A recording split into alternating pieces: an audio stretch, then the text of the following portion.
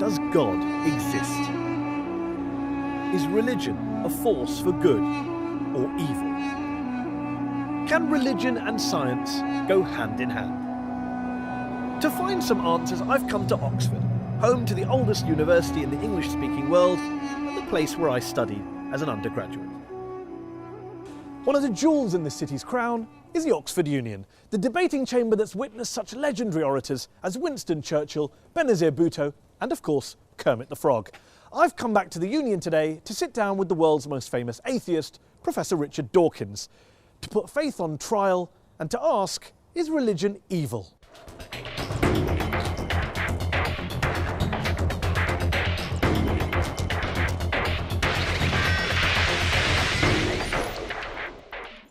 Muslims riot in protest against a truly awful film demonising Islam. Dozens are killed. The Quran, if found guilty, can be burned. A Christian pastor in Florida tries to burn a copy of the Quran and ignites global pandemonium. Even Buddhists are at it, attacking the Muslim minority Rohingyas in Western Burma. And of course, the conflicts plaguing the modern Middle East are often blamed on ancient hatreds between the children of Abraham. Remember 9/11? Was this religiously inspired terrorism? Thousands died. Yet here's the thing. Societies without faith haven't fared much better. Communism banned all religions, as Joseph Stalin and Mao Zedong systematically slaughtered millions of their own countrymen. Is science any better? Since Galileo and Darwin, scientists have sought to stamp out ignorance and unravel the mysteries of the universe. But science has also poisoned the environment, unleashed killing on an industrial scale, and now threatens our entire planet. My guest today, however, stands firmly on the side of science and has provoked controversy with his attacks on religion. Ladies and gentlemen, Professor Richard Dawkins. One of the most prolific thinkers of his generation, he shot to fame in the 1970s with his research into genetics, and his book, The Selfish Gene, transformed evolutionary biology. His most famous work, The God Delusion, sold millions of copies and has been translated into more than 30 languages. Richard, thanks so much for joining us here on Al Jazeera. Before we go any further, I just want to check something. Are you an atheist? For all practical purposes, yes. Nobody can actually say for certain that anything doesn't exist.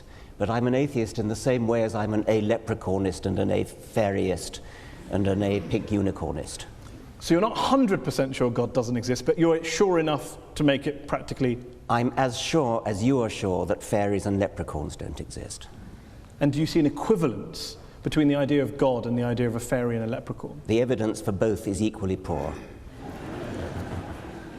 You say in The God Delusion, one of my favourite sentences that jumps out of the page, that the God of the Old Testament is a petty, unjust, unforgiving control freak, a vindictive, bloodthirsty ethnic cleanser, a misogynistic, homophobic, racist, infanticidal, genocidal, filicidal, pestilential, megalomaniacal, sadomasochistic, capricious, malevolent bully. As a piece of rhetoric, superb. But do you really believe that? Congratulations on getting megalomaniacal right, by the way. Most people fumble on that. Yes, if you've actually read the Old Testament, I think you would have to agree. It's hideous. It's an the God of the Old Testament who is a monster. But also the God of the Quran, the New Testament, the Hindu scripture? Well, the God of the Quran, I don't know so much about. The God of the New Testament is widely advertised as being a bit more gentle. And certainly, on the whole, he is. There are things about the New Testament that I find, in a way, almost more objectionable than the Old Testament. But the sheer horror of the character, I said he was the most unpleasant character in all fiction, because I regard it as fiction, of course. And yes, he is. I mean, he's jealous, he's vindictive, he's callous, he's cruel.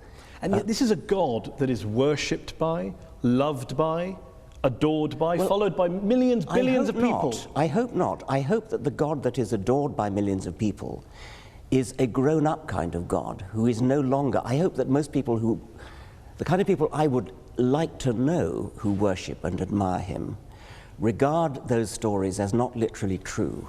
Now, there are some who do regard them as literally true, and I suspect they either haven't read the Old Testament or they're not the kind of people I would wish to know, because you do not want to worship a character like that. By all means, worship some kind of great spirit of the universe, some kind of creative intelligence who created the universe, but don't worship this vile, vindictive monster of the Old Testament.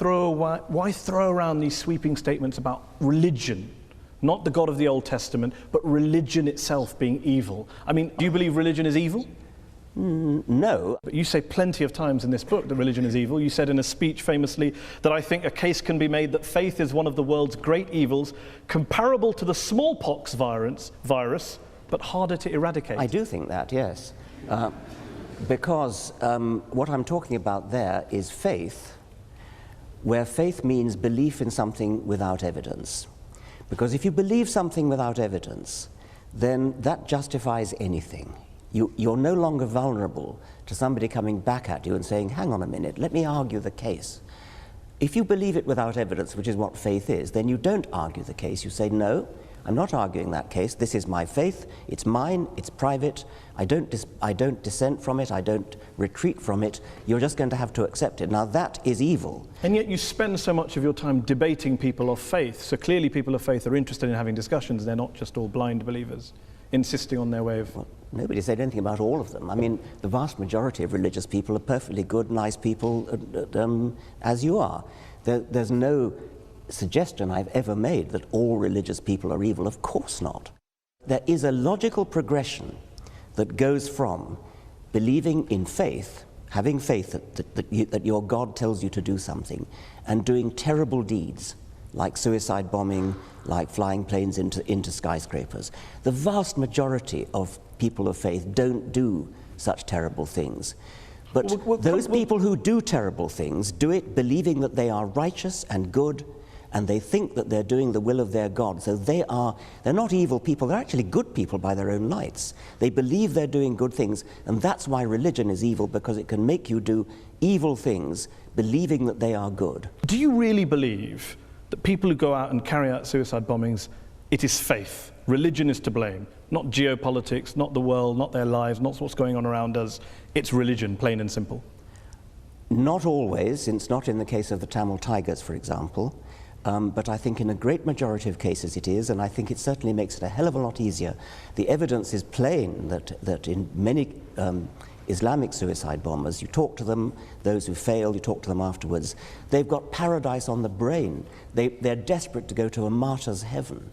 And that's what they think about. Professor Robert Pape of the University of Chicago studied every known case of suicide terrorism, 315 cases. And he came to the conclusion that there's, quote, little connection between suicide terrorism and Islamic fundamentalism or any of the world's religions. The taproot of suicide terrorism, he says, is nationalism. It's about land, it's about power, it's about politics. It's not about faith. Faith is just a cover. What do you know that he doesn't know? Well, I've seen other evidence. There are different people say different things. I've seen plenty of testimonies of suicide bombers who have said precisely that they do it because they want a martyr's paradise. Do you include the 7/7 bombers in that case as well? Yes, I believe so. Have you watched their suicide videos?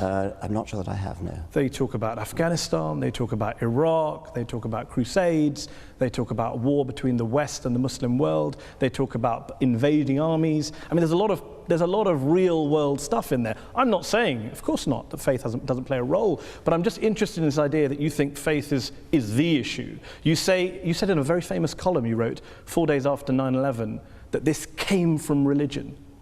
There are enormously good reasons for people to take political action, and this we see in Northern Ireland, we see it in Afghanistan, we see it in Sri Lanka, where the Tamil Tigers operated. So yes, there are political reasons, but the promise of a martyr's heaven, which is, you cannot deny that this is part of Islamic doctrine. Martyrs go straight to paradise. Yes, but not terrorists, not murderers, not criminals. Well, they believe that because they're told it by their imams. But then what about the majority of the world's Muslim clerics and ulama who came out and condemned 9/11 straight Well, I'm afterwards? delighted they did, but they were pretty quiet about it. What about the argument that says human beings are prone to violence, they're prone to carrying out crimes against their fellow man?